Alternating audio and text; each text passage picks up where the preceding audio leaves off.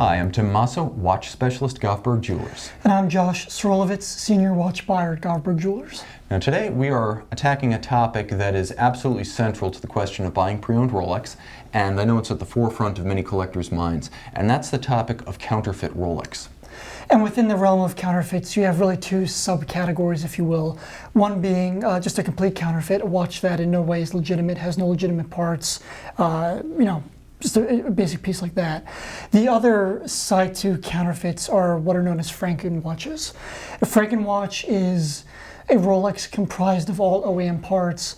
However, there are parts that are from random models kind of amalgamated into one piece that it's not meant for. Exactly, like Frankenstein's monster, all the parts are human, but the result is something other.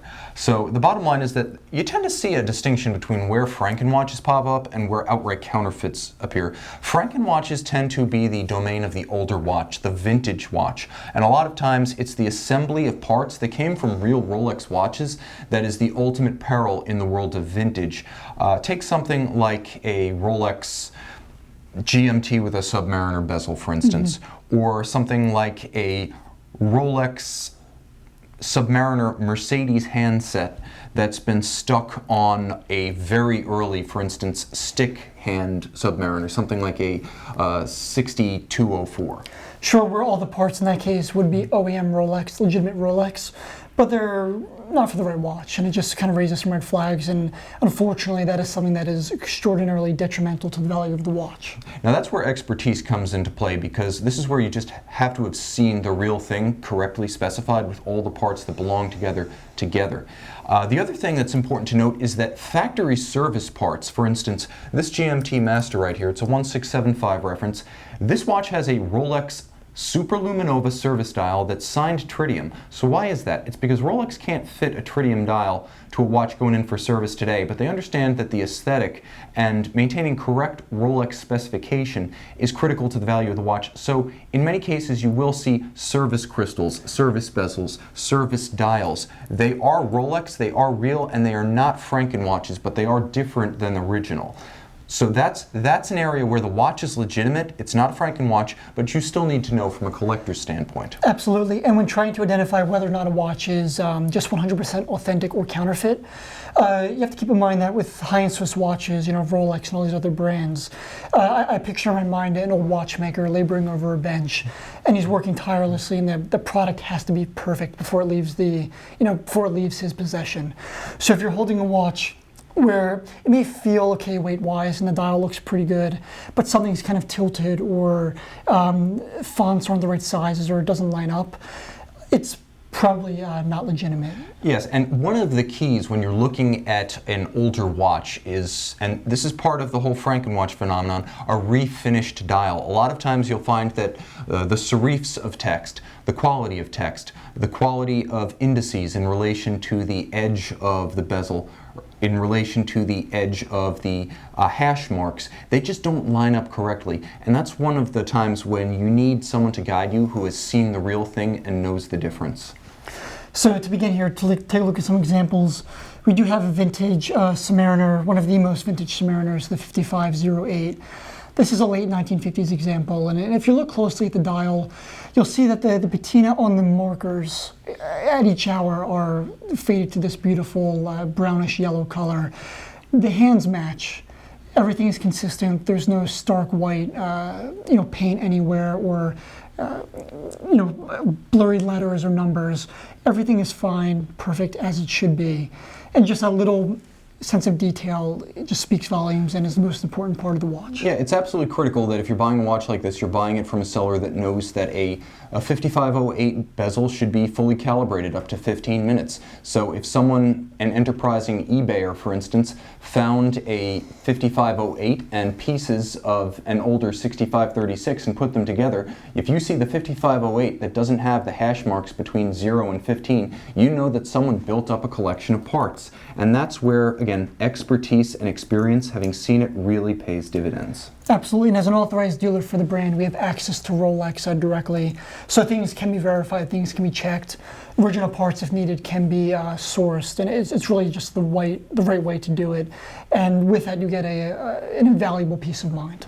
So in the vintage realm, you typically worry about the Franken-watch, the collection of parts. In the realm of newer watches, now we have this expression, even if you've never been to Manhattan, you may have heard the saying, Chambers Street Special. Think of the guy selling watches out of a trench coat in lower Manhattan and you get the idea. Now, counterfeit Rolex outright fakes, where everything was just made in a machine shop in coastal China.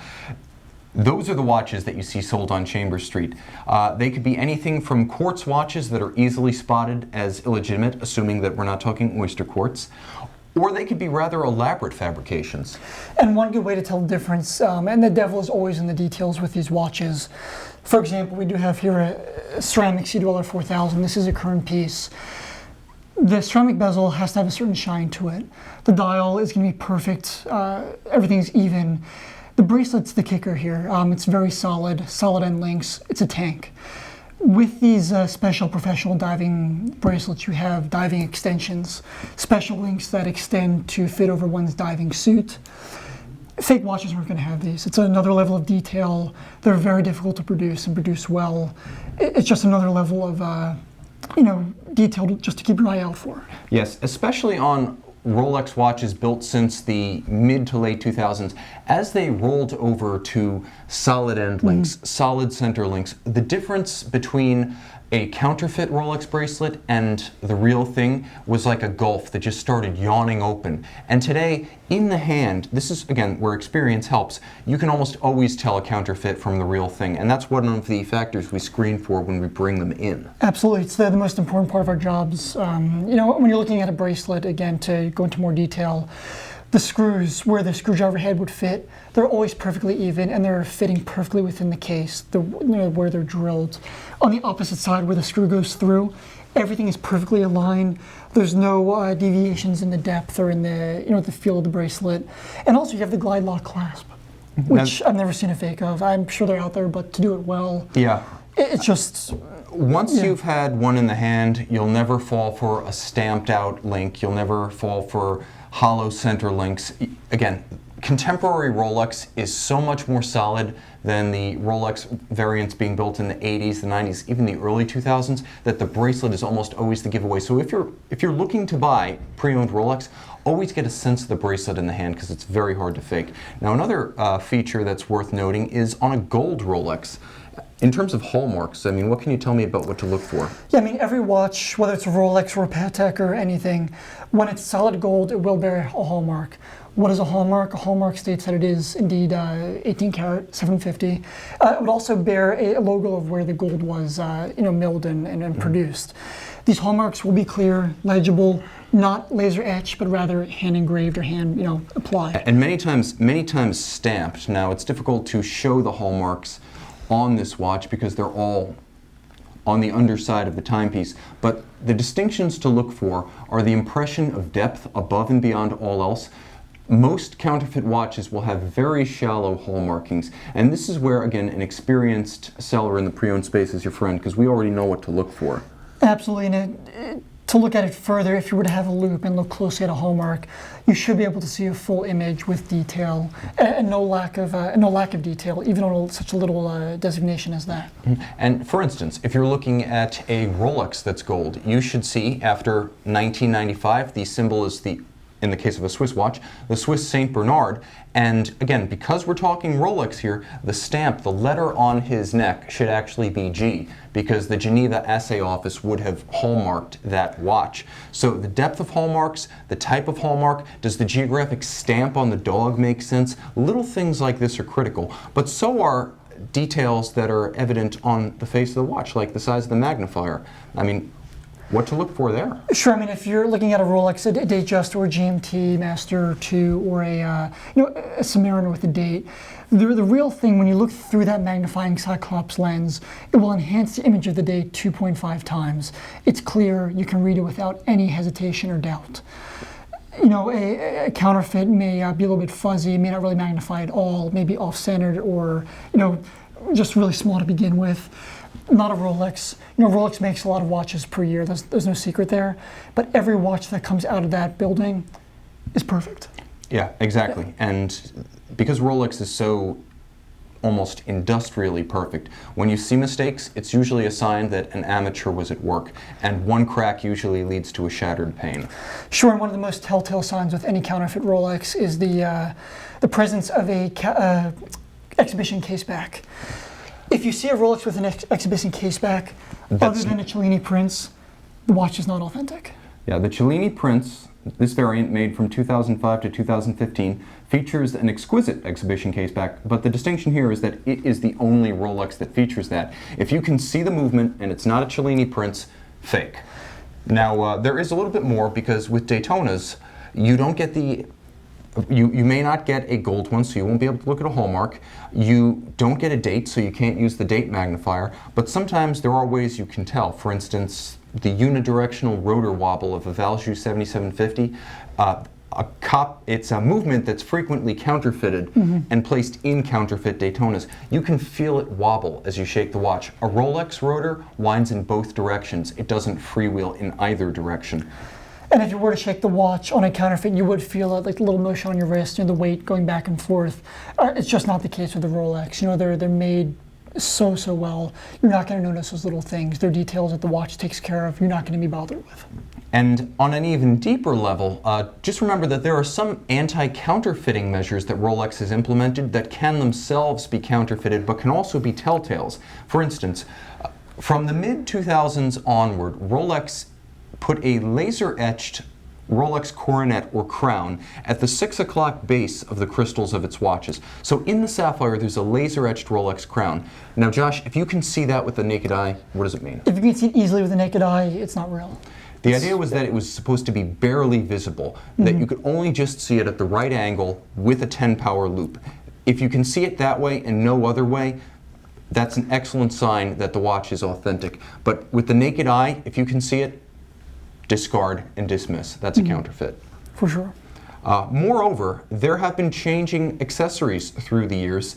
From the mid-2000s, Rolex did away with the marbled green box and implemented a new series of white and cream-colored boxes. Through the years, we've seen the Rolex accessories change from chronometer certificates featuring the watch's original serial number to cards featuring the serial numbers filled into the white fields. And later on, the cards themselves were revised again in 2013 to include a metallic barcode that is actually swept and registered at the time of sale. So when that watch was purchased new after 2013, the salesperson would swipe it in a credit card terminal. It gets immediately registered to Rolex that this watch with this serial number was sold on this date. So if you're purchasing a watch from that date on as pre-owned, ask to see the card. Call Rolex, verify the serial, get the details. If it doesn't add up, if there's no answers, if you're not getting shown those accessories, walk away. So just like you can use the watches themselves as a guide to spotting a counterfeit, if the accessory set doesn't make sense or doesn't add up, that's another red flag. Hey Josh, what kind of steps does Govberg take to spot counterfeits in terms of checking, rechecking, employing your watchmakers, your expertise? So being an authorized Rolex dealer, we're around Rolex watches every day. We also have an in-house watch repair center for which we're an authorized Rolex service center. That means we have Rolex trained watchmakers on staff. We get their parts as needed. So every pre-owned Rolex that comes through our doors, whether it's 50 years old or 5 months old, even with Govberg's name on the card, goes to our watchmakers, gets authenticated. We leave no room for doubt. Furthermore, we do back the watch with a warranty, whether it's still under the factory warranty or the Govberg warranty. We stand behind our watches. If you have any doubt, call Rolex. They'll vouch for us. Absolutely, and it's also worth noting that the watchmakers at Govberg do bleed green, so to speak, and that's a way of saying that they live and breathe Rolex, as most of them are trained in Lidditz, Pennsylvania, at the Rolex-sponsored Watchmakers Academy there, so they have that extra layer of expertise. Absolutely. Thanks so much, Josh. I appreciate it. Always a pleasure, Tim.